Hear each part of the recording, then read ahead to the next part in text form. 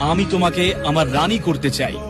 তুমি কি আমাকে বিয়ে করতে রাজি হবে আর এই প্রাসাদে আমার সঙ্গে থাকবে? আপনাকে কথা দিতে হবে যে যদি আমার উপর কখনো রেগে যান আর আমাকে চলে যেতে বলেন, তাহলে প্রাসাদ থেকে সেই জিনিসটা নিয়ে যেতে দেবেন যেটা আমি ভালোবাসি। আচ্ছা, এই তোমার ইচ্ছে?